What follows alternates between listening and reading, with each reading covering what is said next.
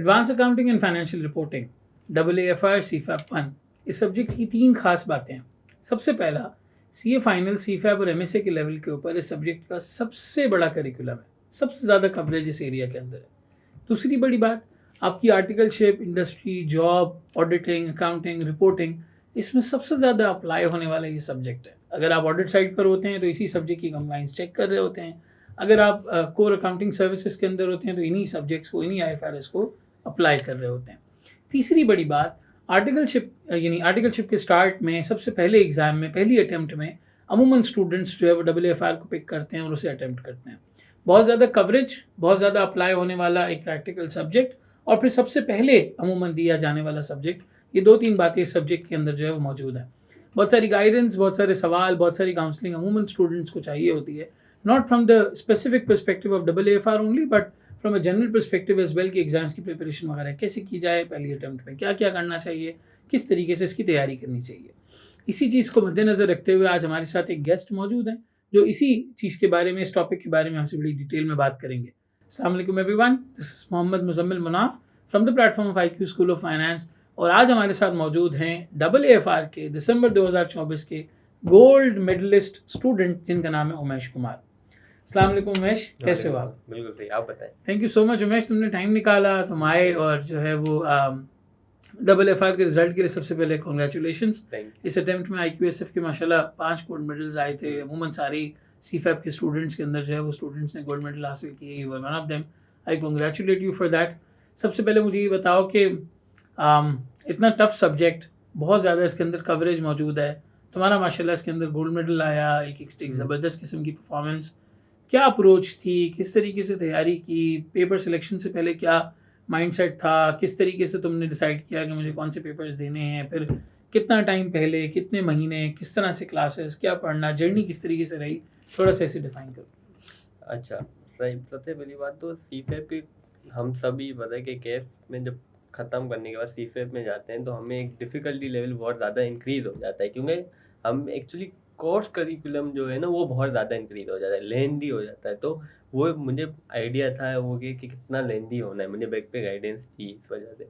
तो जब जैसे ही मैंने इंडक्शन ज्वाइन की ना, ये प्रोसेस, इंटरव्यू प्रोसेस वगैरह पूरा मैंने कर लिया, प्रैक्टिस कर ली, टेस्ट वगैरह KPMG, फर्गसन जो भी तैयारी थी वो सब करके इंटरव्यू करने के बाद एक मुझे पता चला कि मैं इंडक्शन कहाँ हो रही है, KPMG में हो रही है। तो फिर उसके बाद उस दिन से मैंने तैयारी करना शुरू कर दी थी अकाउंटिंग की और ऑडिट की। CFAP की डे 1 से, जब से तुम्हारी इंडक्शन कंप्लीट हुई?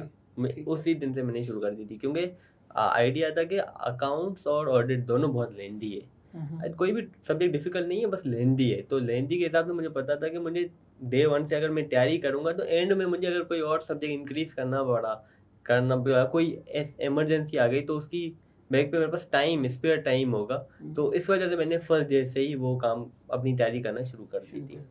तो ये तो इस तरह से मैंने अपनी शुरुआत की। अभी जो मेरी अप्रोच थी ना क्लासेस की, बड़ी सिंपल थी। मैंने क्या किया, मैंने कुछ नहीं किया। मुझे पता है कि हर सब्जेक्ट के नंबर ऑफ टीचर्स हैं। मैंने सारे टीचर्स के डेमो देखे, जो भी अकाउंटिंग में टीचर्स थे या ऑडिट में भी थे, मैंने सबके देखे। और जिसने मुझे सेटिस्फाई किया, जिसका पोर्टल मुझे समझ आया, मैंने उसका उस दिन क्लास पिक की, रजिस्ट्रेशन करवाई और वहाँ से क्लास लेना मैंने शुरू की। मेरी सिंपल अप्रोच हमेशा यही रहती है। दूसरी मेरी ये चीज़ रहती है कि मैं ICAP की अपनी गाइडेंस बुक को फॉलो करता हूँ हमेशा। मतलब हो ही नहीं सकता मैं ना करूँ इसको। क्यों? मुझे पता है एक सिस्टम ने एक आपको गाइडेंस दी हुई है, आप उसको फॉलो करोगे तो रिलेटिवली चांसेस ज़्यादा है कि आपको चीज़ समझ जाए कि वो किस तरह से पूछना चाहेगा। तो मुझे पता है कि उसका कोर्स करिकुलम जो था ICAP की, मैंने बुक, जैसे ही मेरी क्लासेस चलती नहीं, मैंने थोड़ा सा डीप डाइव करो। हाँ, कैसे उसको इस्तेमाल करते थे, हाँ, कैसे इससे पढ़ते थे? तो क्या कहते हैं कि क्या, जैसे ही क्लासेस में हमने एक चैप्टर मैंने पिक किया IFRS 2 शेयर बेस्ड पेमेंट का था। मुझे याद, मैंने सोचा कि सबसे पहले कोई ऐसा चैप्टर पिक करते हैं जो बिल्कुल नया हो, जो कभी नहीं पढ़ा हूँ मैंने कहा टेस्ट करके देखते हैं कि कितना हार्ड है वो। फिर मैंने वो क्लासेस रोजाना डेली बेसिस पे, क्योंकि नया नया टाइम था उस वक्त, इतना प्रेशर नहीं था काम का, तो spare out 3 hours spare out करना कोई मुश्किल बात नहीं थी। तो मैंने क्लासेस लेना डेली बेसिस पे शुरू की, 3 आवर्स नोटिंग करता था रजिस्टर में। वो स्मार्ट क्लासेस से पढ़ रहे थे? नहीं, तब तक स्मार्ट क्लासेस का ट्रांजिशन फेज था। ठीक है। तो लेकिन रिकॉर्डेड जो आपकी एज यूजुअल वो मुझे सेटिस्फाई की थी, तो मैंने वो कर लेना शुरू कर दी थी। तो मैंने रजिस्टर मेंटेन किया, वो बिल्कुल जैसे क्वेश्चन हो रहे थे, जो बुक थी जैसे उसको सर follow- मुर्तज़ा कायद करवा रहे थे बिल्कुल उस तरीके से उस तरीके से फॉलो किया। लेकिन इसके साथ एक एडिशनल मैंने ये किया कि मैंने आईकेप की IFRS 2 के भी चैप्टर रीड करना शुरू कर दिया था, ठीक है। ताकि मुझे समझ आए कि उसने जो बातें लिखी हैं वो किस तरह से पूछना चाह रहा है। इलस्ट्रेशन एग्जांपल उसमें होती हैं और मुझे बहुत ज़्यादा उसने सेटिस्फाई किया। इनफैक्ट मैं सबको यही बोलता हूँ अभी भी जो अकाउंटिंग पढ़ता है कि आपने अगर अकाउंटिंग पढ़ भी ली है ना, आपको एंड महीने में अकाउंटिंग रिवाइज करनी है ना, सिर्फ आईकेप की बुक आप रिवाइज कर लो, आपकी सारी प्रैक्टिस हो जाएगी। प्रैक्टिस मतलब वैसे आपको आइडिया मिल जाएगा क्या क्या कुछ पूछ सकता है वो। तो वो मैंने वो भी शुरू कर दिया था। तो अब IFRS 2 की रीडिंग चल रही थी और IFRS 2 का चैप्टर चल रहा था। ऐसे ही ऐसे बाकी चैप्टर्स भी मैं करता गया और करते करते ऐसा हो गया कि मुझे याद आता है 8 मंथ्स गुजर गए और मेरा ऑलमोस्ट सब्जेक्ट कंप्लीट हो गया था। बीच में थोड़ा इंटरप्शन फेज आया था जहाँ पे मुझे हैंड ऑन कोर्स की तैयारी थी। तो मैंने 1-2 महीने का आपको कहा ना स्पेयर टाइम, मुझे पता था कि कहीं ना कहीं लगेगा। वो हैंड ऑन कोर्स की तब नई चीज़ आई थी कि हैंड ऑन कोर्स देना है, तो उसकी मैं तैयारी में मैंने 2 महीने लगा दिए। तो इन टोटल मुझे 10 मंथ्स गुजर गए थे और इन टोटल 10 मंथ मेरी अकाउंट्स की सब्जेक्ट की कोर्स की सब्जेक्ट वो खत्म हो गई थी। क्लासेस खत्म होने से मतलब तुमने हाँ। क्लासेस एक दफा देख ली थी? देख ली थी जो और सवाल क्लासेस में करवाए थे वो एक दफा सॉल्व कर लिए थे? एक दफा वो सॉल्व कर लिए ठीक थे है। और साथ में आईकेप की बुक रीड कर ली थी। आईकेएफ की बुक रीड कर ली थी? हाँ, ठीक है। साथ में ये 3 चीजें मैंने कर ली थी। तो आईकेएफ की बुक के अंदर जो क्वेश्चंस थे वो भी करते थे तुम? नहीं, वो नहीं करता था। रीड कर लेते थे, रीड यानी कर- तुम्हें कंटेंट समझ आ जाए हाँ। क्या कवर हुआ है क्या क्या नहीं हुआ cover हुआ। so on and so forth। कोई ऐसा कॉन्सेप्ट जो नया हो, जो बारीक हो, या कोई ऐसी वर्डिंग जो बहुत अच्छी मतलब क्लियरिटी और दे रही हो कि काफी ज्यादा, जैसे कंसोलिडेशन की हम बात कर रहे हैं ना, कंसोलिडेशन को अगर एक समराइज करना है ना, वो बहुत अच्छा उसने समराइज किया हुआ है। 100 पेजेस में उसने बहुत अच्छा समराइज किया हुआ है, आपको सारे कॉन्सेप्ट समझ आ जाएंगे। तो मैंने कंसोलिडेशन बिल्कुल मैंने एंड में ही किया था, इतना ज़्यादा जल्दी नहीं किया था क्योंकि मुझे पता था सारे टॉपिक्स के बाद कंसोलिडेशन करने में फ़ायदा होता है। तो कंसोलिडेशन जब मैंने वो कर लिया ना, तो अब बहुत सारे कॉन्सेप्ट्स हैं उसमें, स्कैटर्ड है। IFRS 9 जितने नहीं है, लेकिन उसके बड़े बड़े कॉन्सेप्ट जो है ना, जैसे डबल एंट्री का मैं बता रहा था कि हर डबल एंट्री का उसमें समझना थोड़ा मुश्किल हो जाता है। तो फिर मैंने जब बुक की ना, तो मेरे सारे कॉन्सेप्ट समझ हो गए थे क्योंकि उसने आराम आराम से सब कुछ बताया हुआ है। सर ने भी बढ़ा दिया था, वो बात नहीं है, लेकिन मेरे दिमाग में एक माइंड में होता है ना कि आप एक क्लियरिटी आ जाती है कि भाई किस तरह आप क्वेश्चन लेके चलते हो, क्या बात है, क्यों आप इस तरह कर रहे हो, और एक रिवीजन पर्पस के लिए भी। तो ये मैं आपको बता रहा हूँ, ये 10 महीने मतलब मैं कह रहा हूँ बहुत इतना बड़ा कोर्स था कि मुझे 10 मंथ्स लग गए थे क्लासेस कवर करने में और वो क्या कहते हैं उसकी प्रैक्टिस करने में। इतनी प्रैक्टिस कि मैं पास पेपर की प्रैक्टिस करना शुरू कर लूँ। और बीच में हैंड ऑन कोर्स के मैंने आपको बता दिया क्योंकि अनफोर्सिन कुछ भी आ जाता है, कभी क्लाइंट पे लेट सेटिंग हो जाती है, आपको पता है, तो उसके लिए 1 महीना वहाँ पे स्पेयर आउट हो जाता है। और उस वक्त भी हैंड ऑन कोर्स का था, तो ये करते करते 10 महीने हो गए थे। और इस 10 महीने के टेन्योर में तुमने फिर ट्रांजिशन कर लिया था टुवर्ड्स स्मार्ट क्लास? हाँ, मैंने इसमें ये था कि अब उस वक्त स्मार्ट क्लासेस रिकॉर्ड हो रही थी बीच में, तो जैसे ही अपलोड हो रही थी स्मार्ट क्लासेस, तो मैं उनको देखता था और मैं अगर मुझे लगता था कि यार स्मार्ट क्लासेस उस रिकॉर्डेड लेक्चर से ज़्यादा बेटर हैं, तो मैं उन पे जाता था। जैसे मैं IFRS 16 की बात कर रहा हूँ। IFRS 16 के मुझे लगा कि चेंजेस आए थे उसमें काफ़ी ज़्यादा और स्मार्ट क्लासेस अपडेटेड थी, तो फिर मैंने वहाँ पे ट्रांजिट किया। सही है। लेकिन यही बात मैं कंसोल के लिए नहीं कहूँगा। कंसोल के वक्त स्मार्ट क्लासेस थी, लेकिन मैंने रिकॉर्डेड लेक्चर जो आपके क्लासेस थे उसको प्रेफर किया।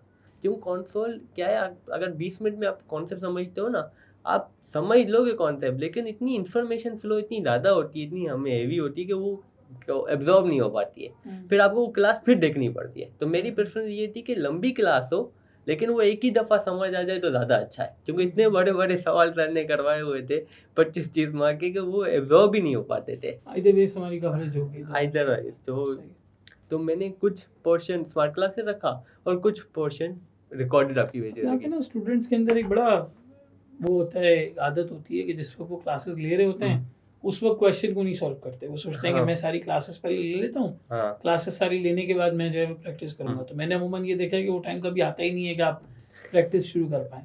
तो उस वक्त तुम्हारी डिसीजन मेकिंग कैसे होती थी? प्लस थोड़ा सा ये बताओ कि ज़ाहिर फर्म शुरू हो गई तो 1-2 महीने शुरू के थोड़ा लाइट वेट होगा, लेकिन उसके बाद तुम्हारा काम चीज़ें सब कुछ शुरू हो गई होंगी। तो how did you sort of manage both of the things? Classes के साथ ही उसी वक्त प्रैक्टिस कैसे करते थे? टाइम किस तरह से निकलता था?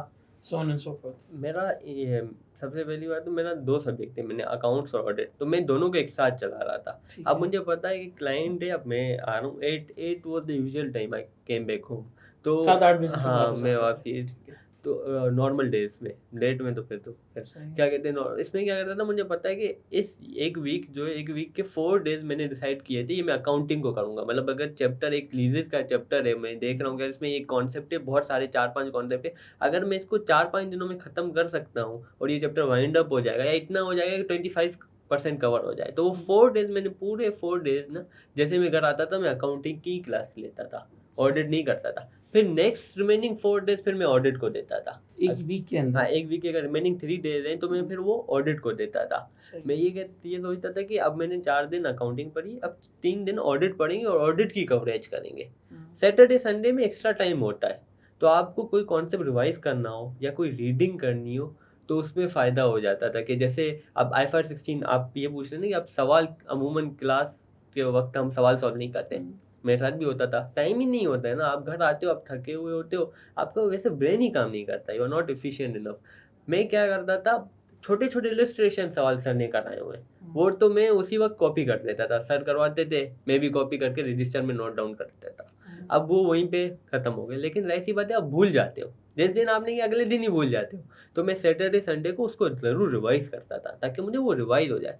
अब कोई बड़ा सवाल है टॉपिक खत्म होने के बाद, सर की बुक में कि प्रैक्टिस बुक में या पास पेपर ईयरली सवाल है, वो मैं क्या करता था, वो सैटरडे संडे को मैंने रखा था खुद सॉल्व करने के लिए, जो सर ने भी क्लास में कराया हो, ताकि मैं अगर मुझे कोई कन्फ्यूजन हो तो मैं उसको खुद सॉल्व करके फिर क्लास में देख लूँ वो। तो मेरी स्ट्रेटेजी होती थी, अगर 5 सवाल सर ने करवाए हैं, तो 3 सवाल सर के साथ ही सॉल्व कर लूँ उसी वक्त, अगर पॉसिबल हो, मेरी इतनी मेरे पास हिम्मत हो, इतनी एनर्जी हो, और रिमेनिंग 2 सवाल मैं खुद सॉल्व करूँ सैटरडे संडे को। लेकिन जो ये टाइम कंस्ट्रेंट के बारे में तुम बता रहे हो कि ज़ाहिर है आप आते हम्म। हैं थके हुए होते हैं, फिर सैटरडे संडे को थोड़ा टाइम मिलता है, वीकडेज में हम्म। मुश्किल होता है, तो ये कम टाइम के अंदर तैयारी करने में क्या किसी चीज़ ने हेल्प किया? कहीं पर कोई हेल्पफुल एलिमेंट था जो तुमने क्लासेस ली या स्मार्ट क्लासेस ली, वहाँ पर कहीं पैसा लगा कि तुम्हारा टाइम सेव हो रहा है या कोई और चीज़ हो रही है? तो इसमें ये था, क्या कहते हैं, अब जैसे 1.25 स्पीड का टाइम आ गया है ना, हाँ। वो फ़ायदा दिया उसने। एक्चुअली क्या है कि आपको कॉन्सेप्ट आता है, आप अब कॉन्सेप्ट एकदम कॉन्सेप्ट आप नॉर्मल स्पीड पे ही समझते हो, कॉन्सेप्ट को कभी नहीं भगाना चाहिए। लेकिन सवाल सॉल्व करने में काफ़ी दफ़ा एंट्री रिपीट होती हैं, काफ़ी दफ़ा चीज़ें, तो उसको मैं जल्दी कर सकता था, या मैं आगे कर देता था या 1.25 पे सुनता था। तो वो ये जो फीचर है ना इंक्लूड हुआ, जो रिकॉर्डेड क्लास स्मार्ट क्लासेस में भी आया है। स्मार्ट क्लासेस इटसेल्फ शॉर्ट थी, तो उसमें मुझे कम ज़रूरत पड़ी थी IFRS 16 के लिए, लेकिन नॉर्मल जो क्लासेस थी बैच की, वो आपको पता है बड़ी होती थी, तो उसमें मैं 1.25 पे सुनता था, अमूमन में कर देता था, तो उसपे क्या होता था, मुझे फ़ायदा हो जाता था। ट्रांजिशन फेज था, तो हाँ। तुमने शुरुआत में उससे पढ़ा, तब हाँ, थोड़ी स्पीड फॉरवर्ड कर दी होगी, हाँ। बाद में तुम्हारा टाइम स्मार्ट क्लास की वजह से बच जाता होगा बच और जाता कवरेज होगा। पूरी हो जाती तो होगी। उसमें भी ये था कि स्मार्ट क्लासेस में भी मुझे कहीं लगता था ना कि अब लंबी क्लास है, कहीं ज़रूरत पड़ती, मैं 1.5 मैं इस पे नहीं करता हूँ। मुझे ये था कि मुझे एक दिन के अंदर जब मैं घर आता हूँ, एक क्लास ली है वो ख़त्म करूँ मैं, फिर सोऊँ। तुम्हें क्या चीज़ मोटिवेट करती थी घर से आके अपना स्टडी पैक खोलने की? क्योंकि अमूमन तो हम जब तक लीव्स नहीं आती तब तक अपने आप को मोटिवेट ही नहीं कर पाते कि हम कुछ पढ़ सकें। जैसे मैं अपने टाइम की बात करूँ ना, तो हमारे के टाइम पे तो फिजिकल क्लासेस थी, हम पढ़ने जाते थे, तो ज़ाहिर है ऑफिस से 6 बजे चले गए क्लास लेने के लिए, अगर सीनियर ने अलाउ कर दिया तो, और 8-9 बजे 10 बजे फिर मैसेज करते थे कि भाई क्लास ऑफ हो रही है, अगर आप टीम बैठी हुई है तो हमें वापस जाना है, हाँ। अगर टीम घर निकल गई है तो हम भी वहाँ से जो है वो घर निकल जाते थे। It was that kind of a situation. और हमें तो कवरेज उसी वक्त करनी होती थी, पता है ना रिकॉर्डिंग मिलेगी आगे, ना कोई और चीज़, तस्वुर ही नहीं था ये सारी चीज़ों का। बैक इन 2015-16 की मैं तुम्हें बात बता रहा हूँ। अब तुम्हारी वाली सिचुएशन के अंदर तुम्हें पता है सारा रिकॉर्डेड कंटेंट पड़ा हुआ है, मेरे पास सारी चीज़ें एक्सेस में अवेलेबल हैं, क्वेरीज भी हैं, व्हाट्सएप के ऊपर जवाब भी आ रहा है, स्मार्ट प्लान भी है, स्मार्ट हैंडआउट्स भी हैं, मेरे पास सारी स्मार्ट क्लासेस रिकॉर्डेड भी हैं। Then how did you sort of gather this motivation कि तुम घर पे आके लैपटॉप खोलो या तुम लेक्चर्स लो? ये नहीं होता था कि लास्ट में कवर कर लेंगे, छुट्टियों में देख लेंगे? इसमें ना मैं आपको मेरी इनिशियली ना मेरी जो अपब्रिंगिंग है, उसमें मैंने एक चीज़ रखी है थ्रू आउट में, मुझे पढ़ाई से लगाव है। एक तो है सच बात, जो मुझे बहुत पसंद है, नो डाउट। मैं किताब पढ़ता हूँ, ये कोर्स कवरेज की, वैसे नॉवेल्स की बात नहीं कर रहा, ये कोर्स कवरेज की बात। अकाउंटिंग तो मेरा पर्सनली अच्छा फेवरेट सब्जेक्ट है, तो मैं उसको पढ़ना मुझे पसंद है। एक बात मोटिवेशन की साफ थी। दूसरी जो थी ना मोटिवेशन की, आप वाली बात की, आपकी 2015 में मेरी अम्मी बार-बार मुझे रिमाइंड करवाती थी कि उनके टाइम पे, क्योंकि मैं इनसे बातें-वातें करता हूँ, उनको बताया कि पहले टाइम में कितना हेक्टिक होता था। वही मुझे बार-बार रोज़ाना सुबह को रिमाइंड करवाती थी कि क्या कहते हैं कि पहले देखो कितना मुश्किल होता था, अब देखो कितना आसान हो गया। अभी भी तुम नहीं कवर कर रहे हो तो गलत बात है। तो वो उनकी जो बात है ना, उन्होंने मुझे काफ़ी हेल्प आउट किया, मोटिवेट रखा। मेरे अब्बू की भी यही बात है कि वो कहते थे, "मुश्किल है, करते रहो ना, होता रहेगा।" और फिर ज़ाहिर-सी बात है, घर में आप एक करियर पाथ, आपने एक ड्रीम किया था कि आपको सीए बनना है। अब बनना तो है ना, अब मैं वो छोड़ दूँगा तो कैसे बनूँगा? सही बात। तो वो मेरे दिमाग में कि वो सच बात है, मुझे टेक चाहिए। मुझे एसीए का टेक चाहिए, कोई भी बोलेगा मुझे चाहिए फिर मैं करियर भी बना लूँगा, मुझे पता है। लेकिन काम के साथ पढ़ाई भी करना ज़रूरी है, पढ़ाई के साथ काम करना भी ज़रूरी है। तो आइदर में मुझे दोनों मैनेज करना था, और एक चैलेंज भी मैंने अपने दिमाग में सबकॉन्शियसली बनाया हुआ था। सब कह रहे थे मैनेज करना फर्म की लाइफ थोड़ा मुश्किल हो जाता है। बिल्कुल सच है, मैं खुद थक जाता हूँ। सुबह 5 बजे भी आया हूँ, फिर भी घर जाके पढ़ाई की है, और ऐसे भी दिन आए 1 महीना पूरा नहीं पढ़ा है। वो मैनेज करना, एक अपने में चैलेंज करना, वो भी एक मोटिवेशन थी कि मैंने कहा ये करके तो देखें ना। एक सब यूनिवर्सिटी जा रहे हैं, मैं यूनिवर्सिटी नहीं गया, वो वाली चीज़ शायद एन्जॉय नहीं की जो शायद होती है यूनिवर्सिटी में। लेकिन इसका अपना फ़न है ना, इसका अपना एक फ़न है, यही तो फ़न है कि आप इन दोनों चीज़ों को मैनेज करने के बाद एक चीज़ निकलते हो। Nice. एक ये और तुमने क्लासेस की कवरेज एक दफ़ा कर ली, उसके बाद क्या स्ट्रैटेजी थी, क्या उसके तरीका बाद था? उसके अब मैं आपको बताया 10 महीने लग गए। तो 10 महीने। लास्ट महीना था, 1 महीना रिवीजन का पूरा मिल गया मुझे। तो यही पीरियड छुट्टियों का शुरू हो गया था। ठीक है। अब मेरी सिंपल अप्रोच थी, जो क्लास रजिस्टर बनाया है, हैंड रिटन रजिस्टर मस्ट है। कोई कितना भी बोले नोटिंग आई, मतलब ज़रूरी नहीं कि आप फिज़िकली प्रेज़ेंट हो। वो वर्ड डॉक्यूमेंट भी बना दो, लेकिन वो रजिस्टर होना चाहिए, आपके पास पूरी अपने नोट्स होने चाहिए। तो वो जो नोट्स थे ना, मुझे बहुत हेल्प आउट किया, जो मैंने सर की क्लासेस से नोट किए।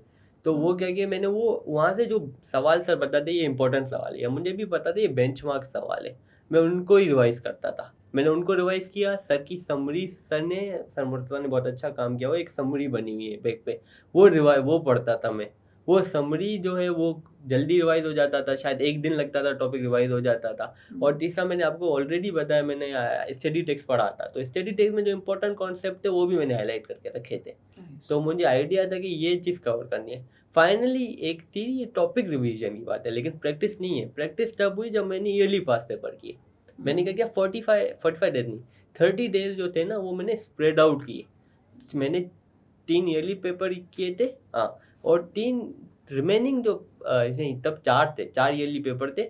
मैंने 3 ईयरली पेपर टाइम कांस्टेंट के साथ किए थे, कि मैं करता था घर पे सवा टाइमर लगा के। टाइमर लगा के सुबह को उठता था, 10-11 बजे शुरू करता था, 3.25 घंटे का पीरियड होता था, और वो मैं क्या कहते थे, प्रॉपर प्रैक्टिस करता था, और फिर चेक करते थे एग्जामिनर कमेंट, सजेस्टेड सोल्यूशन, वो वगैरह। इस एक शायद 4 पेपर थे उस वक़्त, और एक पेपर जो था ना टॉपिकल, मैंने क्या किया, एक-एक क्वेश्चन करके किया। वो मैं क्या करता था, हर हफ्ते के एंड में, हर हफ्ते की या हर 2 दिनों के बाद कोई एक क्वेश्चन कर लिया, कि जस्ट प्रैक्टिस में रहे चीज़। ये सबसे मुश्किल एरिया तुम्हें डबल एफ आर का कौन सा लगा? Deferred tax.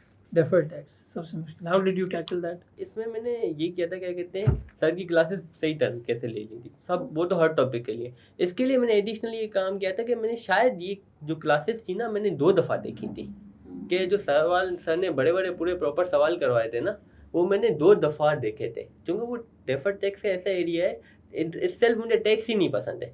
टैक्स का सब्जेक्ट मुझे इटसेल्फ नहीं पसंद है, तो मेरे लिए वो वैसे ही वीक पॉइंट।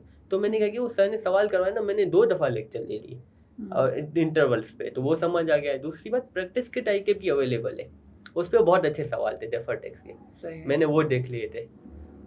वो, और उसके बाद तीसरे में ये हर ईयरली अल्टरनेटिव, मुझे याद आता है, हर ईयरली जो पेपर था ना, उसमें अल्टरनेटिवली, जैसे 22 समर 22 में आया, तो समर 23 में पेपर में डेफर्ड टैक्स आया, उसके मैंने सवाल क्या किए, सॉल्व भी किए, और उनका आंसर भी तरीके से रीड किया। मैंने कहा कि समझ तो है कि किस तरह से टैकल करना है। और तुम्हारे टाइम पे वो CB versus handwritten paper की कंफ्यूजन हाँ, वो बहुत ज़्यादा कन्फ्यूजन थी। वो ये थी कि जैसे ही मेरी इंडक्शन हो गई थी ना, तब ये अनाउंसमेंट आ गई थी कि सीबी पे पेपर हो रहे हैं। तो आराम से बाकी पेपर तो सीबी पे हो गए थे, तब तक अकाउंटिंग नहीं हुआ था। तो जो अटेम्प्ट मेरी थी ना, दिसंबर, अभी रिसेंट वाले, उस वक्त तक, लास्ट महीने तक पेपर जब नहीं हुए, तब तक ये कन्फ्यूजन थी, क्या कहते हैं, पेपर सीबी पे होने या हैंड रिटन पे होने। तब मेरी इनिशियली प्रैक्टिस ये रही थी कि मैंने क्या किया, मैंने कंप्यूटर पे प्रैक्टिस करना शुरू कर दी थी, क्योंकि हम पूरा दिन ऑफिस में लैपटॉप पे काम करते हैं, तो मैंने कहा वैसे तो प्रैक्टिस हो रही है कंप्यूटर पे, और घर जाता था तो सवाल जब सॉल्व करता था, रजिस्टर मैंने हैंड रिटन ही मेंटेन किया था, लेकिन कोई सवाल फुल लेंथ सवाल सॉल्व करना था ना, वो मैं आईकेप के सॉफ्टवेयर पे सॉल्व करता था। तो फिर वो, लेकिन ये 7-8 महीने जो मैंने किए, तुमने तैयारी की हुई हाँ, थी मैंने अपनी कि की है। अगर आ जाएगा तो मैं सीबी मैं कर दूंगा।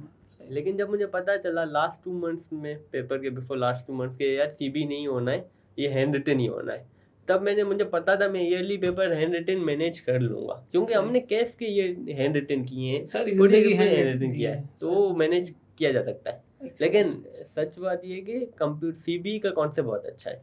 चलो, तो अब तुम्हारी एग्जाम लीव्स हो गई, एग्जाम लीव्स हम्म। में तुमने पास्ट पेपर्स के थ्रू हेल्प ली, तुमने दोबारा से लेक्चर्स देखे, तुमने समरी जो रिवीजन नोट्स हैं, स्मार्ट हम्म। हैंडआउट्स हैं, उनसे रिवाइज किया, उससे तुम्हें काफ़ी हद तक हेल्प हो गई।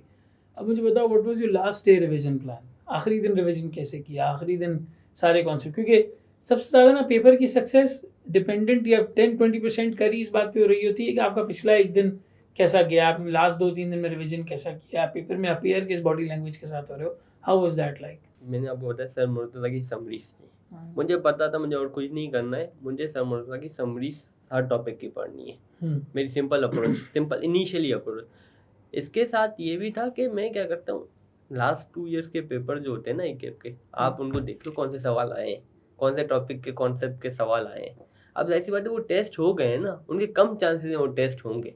तो मैं एक प्रिडिक्शन लगाता था खुद की कि यार ये टॉपिक IFR 9 में अगर डी रिकग्निशन है तो ये इस बार आने के चांस है, तो मैं उस टॉपिक को, उसका कोई एक सवाल रिवाइज करता था, क्योंकि मुझे पता था वो ईयरली में जो 2 सवाल आ गए हैं दूसरे टॉपिक के, वो तो मैंने खुद प्रैक्टिस भी की है, उसकी तो मुझे वैसे भी कॉन्सेप्ट याद है। जिसका सवाल अभी तक नहीं आया है, टाइम हो गया है, 2-3 अटेम्प्ट्स हो गए हैं, उसका सवाल खुद प्रैक्टिस कर लूँ या खुद देख लूँ एक दफ़ा, प्रैक्टिस तो नहीं, देख लूँ एक दफ़ा, तो मुझे आइडिया हो जाएगा वो किस तरह सॉल्व होगा।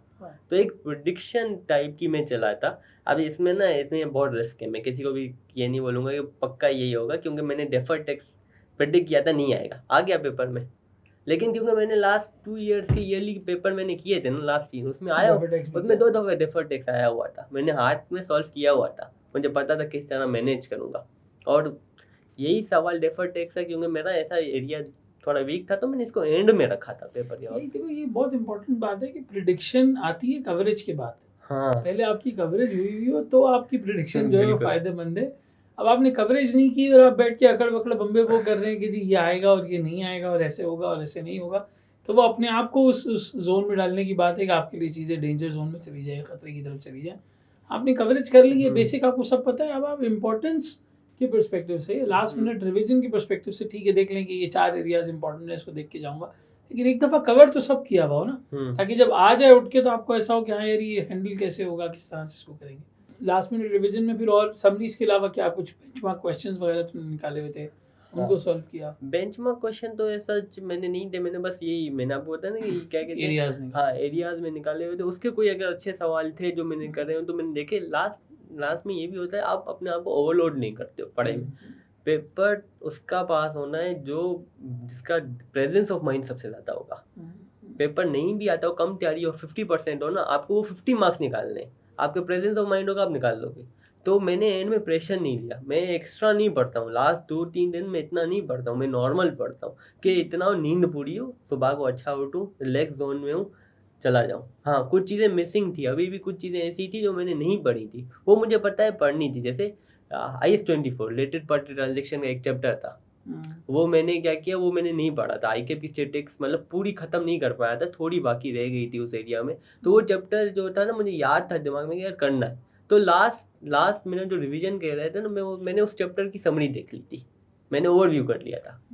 मुझे पता था कि यार ये अब क्या होता है, आपके पास दो, जब ऑडिट आप करते हो, ऑडिट, अकाउंट्स और उसके साथ फिर SPM, तो कुछ ना कुछ रह ही जाता है। अब कितना भी कर लो आप मैनेज नहीं कर पाओगे, वो खत्म, जो कर लेगा बहुत अच्छी बात है, मैं नहीं कर पाता हूँ खत्म, कभी भी कुछ ना कुछ रह जाता है, तो आखिरी मिनट में मैं देख लेता हूँ उसको, मैं टेंशन नहीं लेता हूँ, आया तो आया, कितने 8 मार्क्स 10 मार्क्स, बाकी 90 मार्क्स में से 50 मार्क्स तो निकल जाए ना। और फिर how was the exam day like? Exam day में तुमने क्या किया? एग्जाम के वो 3-3.5 घंटे कैसे यूटिलाइज किए, किस तरीके से वो चीज़ें, रीडिंग टाइम को कैसे यूटिलाइज करते हो, उसके बाद किस तरीके से पेपर अटेम्प्ट किया, अप्रोच क्या थी, वो बताओ। रीडिंग टाइम का तो यही 15 मिनट्स में। पहले मेरा सिंपल है कि अब मैं घर पे मैंने जब ईयरली किए थे ना, तब मैंने 3 अलग टाइप से स्ट्रेटेजी बनाई थी। पहले मैंने कहा था कि इस रीडिंग पूरे सवाल करता हूँ, सारे पूरे सवाल रीड करता हूँ और फिर देखता हूँ कि कौन सा सवाल पसंद आएगा। अच्छा आइडिया नहीं था, क्योंकि 15 मिनट निकल गए, 3 सवाल रीड हो पाए। और कंफ्यूजन भी बहुत हो रही है Confusion। पढ़ते हुए कि क्या करेंगे क्या नहीं करेंगे। फिर दूसरा तरीका था कि आप स्किम कर लो सवाल को, स्किम करके फिर डिसाइड करो। स्किम में मसला ये होता है कि आपको पता नहीं चलता है स्किम करते हुए कौन सा कॉम्प्लेक्स है कौन सा कॉम्प्लेक्स नहीं है सवाल। वो भी गलत था। मैंने फिर क्या किया, जैसे ही एक दूसरी स्ट्रेटेजी बनाई, मैंने इसका बैलेंस रखा। बीच में क्या हुआ, फर्स्ट सवाल आया जैसे डेफर टेक्स्ट आ गया ना, अब मुझे पता है ये एरिया थोड़ा सा मेरा वीक है, भले कितना भी इजी सवाल हो, मेरा थोड़ा एरिया वीक है ये। मैंने उसको साइड कर दिया, मैंने कहा इसको बाद में देखते हैं। अब कंसोल का एरिया मेरा अच्छा था, कंसोलिडेशन का अच्छा था। तो कंसोलिडेशन जैसे ही सवाल आया ना, अब स्टेटमेंट ऑफ कैश फ्लो आया। तो स्टेटमेंट ऑफ कैश फ्लो मैंने देखा, मैंने कहा ये मैंने किया हुआ है, मेरे दिमाग में है किस तरह से होगा। सवाल एकदम रीड करके देखता हूँ जल्दी, इतना डीप में नहीं जाऊंगा, क्या ये हो सकता है मुझे। और मार्क्स के हिसाब से कंपेयर करता रहता हूँ कि 25 मार्क है और जो ट्रांजेक्शन है, जितनी ट्रांजेक्शन एडजस्टमेंट पूछते क्या वो सही मैनेजेबल है, इसी 25 मार्क के अंदर हो जाएंगी। और लगा मुझे मैनेज हो जाएंगी, तो पहला सवाल मैंने वो पिक कर लिया। तो अब 15 मिनट अभी नहीं निकले, अभी भी शायद 10 मिनट निकल गए। 5 मिनट में कोई ना कोई एथिक्स का सवाल, कोई ना कोई स्पेशल फाइनेंशियल स्टेटमेंट्स का सवाल आ जाता है। वो उसी वक्त आप सोच लेते हो इसका ये आंसर होगा, जैसे ही शुरू होगा आप लिख लोगे।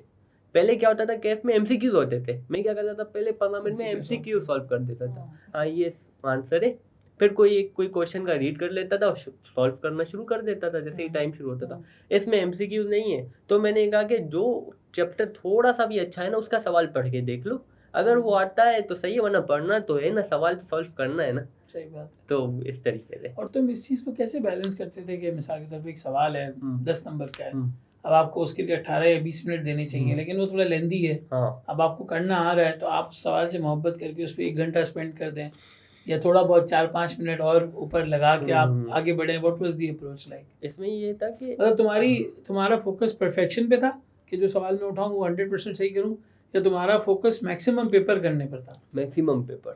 ठीक है, मैक्सिमम पेपर। मैं क्या करता था, 10 मार्क का सवाल है, अब आता है मुझे पता है, और लेकिन लेंदी है आपने जैसे कहा, तो उसमें मुझे लग गए 25 मिनट। अब अगला सवाल भी जो है वो 10 मार्क का है, तो उसमें और 18 मिनट होने चाहिए। अब 18 36 हुए ना, 25 माइनस 36 करो, कितने 11 मिनट। तो मैं 11 मिनट दिमाग में रखते उसको सॉल्व करता था। लेकिन मैं इसमें कामयाब क्यों हुआ, क्योंकि मुझे पता था जो अगला 10 मार्क का सवाल है ना, वो इतना अच्छा नहीं कर पाऊंगा जो पहला 10 सवाल है, इसलिए तो मैंने उसको सेकंड रखा था। सही है। तो मेरी अप्रोच ये थी कि जो सवाल पहले आता है वो कर लो, थोड़ा अच्छा कर लो, लेकिन फिर अगर टाइम एक्सीड करके तो अगले सवाल पे फिर टाइम नहीं डालो। ऐसे ऐसे टाइम कम करता क्या, एंड में यही हुआ, डेफर टेक्स्ट पे आया टाइम 10 मिनट नहीं 15 मिनट बाकी थे, 20 मार्क का सवाल था, जितना हो पाया मैंने उसने उतना किया। ये बात बिल्कुल सही है। देखो मेरा AAFR का एग्जाम था, उस वक्त हम FAFR कहते थे, फाइनेंशियल अकाउंटिंग फाइनेंशियल रिपोर्टिंग। सो उस वक्त एक क्वेश्चन आया था IFRIC 1 डीकमीशनिंग लायबिलिटी का, and it was along with defer tax. अब डीकमीशनिंग अकेले नहीं समझ आता था, डेफर टैक्स अकेले नहीं समझ आता था, तो डीकमीशनिंग के साथ क्या समझ में आया। तो मैंने उस सवाल को ऐसे सॉल्व किया जैसे मैंने वो टैक्स की लाइन पढ़ी ही नहीं है। उसने सिंपल वहाँ पे लिख दिया था छोटा सा कि टैक्स अप्लाई होता है। अब डीकमीशनिंग का अकाउंटिंग ट्रीटमेंट अलग है, टैक्स का ट्रीटमेंट अलग है, तो वहाँ पे डेफर टैक्स की लायबिलिटी और सारी चीज़ें राइज होती हैं। मैंने उसको ऐसे सॉल्व किया जैसे मैंने डेफर टैक्स पढ़ा ही नहीं है। 17 नंबर का सवाल था। डेफर टैक्स कितने मार्क्स का होगा, 4, 5, 6 बहुत हुआ, तो बाकी डीकमीशनिंग की ट्रीटमेंट और उसका डिस्क्लोजर वगैरह वो सारी चीज़ें थी। मैंने पूरा सवाल वैसे सॉल्व कर लिया। वो 5 नंबर में ना फंसने की वजह से मेरा मैक्सिमम पेपर निकल गया। आई रिमेंबर जब मैंने वो पेपर कंप्लीट किया तो I was done by 94-95 marks. बस यही 5 नंबर डेफर टैक्स के रह गए थे, बाकी तकरीबन पेपर में कर चुका था। तो तरीका यही होना चाहिए कि आप मैक्सिमम पेपर को जो है वो कर सकें। तुमने तैयारी घर पे की या दोस्तों के साथ की? नहीं घर पे की। लेकिन तुमने ज़ाहिर एक फ्रेंड सर्कल होता है, आप शेयर करते हैं कौन क्या कर रहा है, कैसे कर रहा है, कौन सी मिस्टेक्स तुम्हें नज़र आती हैं, और स्पेसिफिकली जो गलतियां लोग तैयारी के वक्त करते हैं या जो प्रॉब्लम्स वगैरह क्रिएट करते हैं, तुम कैसे देखते हो कि जो स्मार्ट क्लासेस का इनिशिएटिव है वो उसको सॉल्व कर रहा है? सीए में वैसे तो फ्रेंड सर्कल आपको पता है कि सब पीछे ही छूट जाते हैं, कोई आगे निकल जाता है, कोई पीछे छूट जाता है। मेरे साथ भी ऐसे थे, कोई मेरे और ज़्यादा तेज थे वो आगे निकल गए, वो मेरे क्लियर कर गए, और कुछ ऐसे जो पीछे रह गए उनको हम लेके चल रहे हैं साथ। खैर क्या कहते हैं, इसमें मैंने देखा मेरे कलीग्स जो थे सेम ही पेपर दे रहे थे, कलीग हम फर्म में बैठे हुए डिस्कस करते हैं। मुझे ये लगा मुझे ये लगा क्लासेस जो है ना, आप कुछ भी कर लो, आप अगर आपको एक पेपर अच्छी तरह पास करना है, एक टाइप की इंश्योरिटी चाहिए कि आप कर लोगे, पास कर लोगे, तो आपको क्लासें कंप्लीट करना ज़रूरी है तरीके से। तो आप वो सबसे बेसिक फ्लो ये है कि वो क्लासेस या तो बहुत जल्दी लेते हैं, 1.25 की स्पीड पे मैं लेता था, वो 2 की स्पीड में लेते हैं। कॉन्सेप्ट को नहीं ले सकते हो आप कॉन्सेप्ट को इतना जल्दी लोगे, आपको और प्रोसेस ही नहीं करेगा आपका ब्रेन, आपको आधी चीज़ें समझ आएंगी, आधी नहीं आएंगी। एक ये फ्लो लगा। दूसरा फ्लो बहुत बड़ा मुझे लगता है, बहुत सारी किताबें बहुत अच्छी बनी हुई है, लेकिन मेरी प्रेफरेंस अभी हमेशा रहती है आई कैप की बुक आप पढ़ो, अगर अवेलेबल हो। डायरेक्ट नहीं है अवेलेबल आई कैप का, डायरेक्ट ही पढ़ना पड़ेगा, लेकिन आई कैप की बुक जहाँ अवेलेबल है वहाँ रीड कर लो, सिंपल है, क्योंकि उससे आपको कुछ कन्फ्यूजन आपकी क्लियर हो जाएंगी। बहुत लोग नहीं पढ़ते हैं। तो ये एक बात। और तीसरी बात जो लगी ना, वो ये लगी कि आपको पेपर एनवायरनमेंट में अपने आप को काम और कंपोज रखना ज़रूरी है। नहीं आता पेपर, कोई मसले की बात नहीं, अगली अटेम्प्ट दे दोगे, लेकिन क्या कहते हैं, इतना तो पेपर में काम कंपोज रहो कि आप किया हुआ जो आती है चीज़ें वो तो करके आओ। आप इतनी टेंशन ले लेते हैं, तो उसके लिए आपको घर में ही थोड़ा, घर में, लाइब्रेरी में और फर्म में ही, कोई मसला नहीं है, फर्म में क्लाइंट में बैठ के आप थोड़ा पेपर सॉल्व करने की आदत तो डाल दो अपने आप को, कि आज 1 घंटा रखो, 2 सवाल 1 घंटे में होने चाहिए, एक 25 मार्क का सवाल, एक 15 मार्क का सवाल, करके तो देखो क्या हो रहा है। मेरे से घर में कभी पेपर टाइम पे खत्म नहीं हुआ, कभी भी नहीं। पेपर का प्रेशर ही इतना होता है कि आप पेपर के वक्त आपकी वो जो आधी स्पीड कम होती है ना, वो कवर हो जाती है। लेकिन घर पे मैंने कुछ ना कुछ किया था, तब जाके उसके लिए जरूरी है आपने हाँ। प्रैक्टिस की भी हो। और एक कैफ से मैं लेके आ रहा हूँ, ऐसा नहीं कि कैफ से नहीं लिया, मैंने कैफ में भी यही किया, ओ लेवल ए लेवल में भी यही किया। ये बहुत टाइम से एक चीज चला रहा हूँ मैं, वो चला चला के आदत बन गई। हम एंड में बैठते हैं, वो करते हैं प्रैक्टिस, तब उससे बहुत काम कंपोज होते हो, आप बहुत सुकून में पेपर देते हो। और हिस्ट्री में भी मेरिट्स रहे हैं, मिल रहा है। हाँ, हिस्ट्री में वो क्या कहते हैं 2023 या स्प्रिंग 2023, उसमें कंपनी लॉ में मेरिट आया था, और से पहले ए लेवल अकाउंटिंग में आया था। जबरदस्त जबरदस्त। तो ये और ये जो इनिशिएटिव हमारा स्मार्ट क्लासेस का है, जो चीज़ें हमने सोच के उसके अंदर बनाई हैं, ज़ाहिर ट्रांजिशन था, लेकिन एंड में तुमने कुछ क्लासेस उसके लिए होंगे, कुछ टॉपिक्स लिए होंगे। I want to specifically, I mean want you to comment कि क्या चीज़ें तुम्हें उसके अंदर अच्छी लगी, और क्या तुम्हें लगता है कि उसके अंदर और इनहांस किया जा सकता है और बेहतर किया जा सकता है। नो डाउट, क्या कहते हैं, एक सच बात है कि टाइम, सीफेब के बच्चे को जितना काम का प्रेशर है, उसको टाइम बचाना है। तो अगर कोई चीज़ 10 मिनट में हो सकती है, वो 10 मिनट में ही करनी चाहिए। क्लास बहुत लेंदी हो जाती है, तो उसमें 20-25 मिनट चले जाते हैं, और जब खुद ऑनलाइन स्टूडेंट बैठता है ना, वो 10 मिनट खुद ज़ाया करता है। मैं खुद 10 मिनट ज़ाया करता हूँ, तो जो 20-25 मिनट और 10 मिनट और 35 मिनट, 10 मिनट की क्लास 35 मिनट में हुई, आप 2 क्लास ले लेते हैं ऐसे। तो वो स्मार्ट क्लासेस ने नो डाउट बचाया। अभी भी 20 मिनट लगते हैं मुझे 10 मिनट की क्लास में, लेकिन वो 15 मिनट जो एक्स्ट्रा है, जो लगते वो बच रहे हैं, वो बच आधा रहे टाइम सेव हो रहा है। तो वो जो है ना, वो बहुत अच्छा है।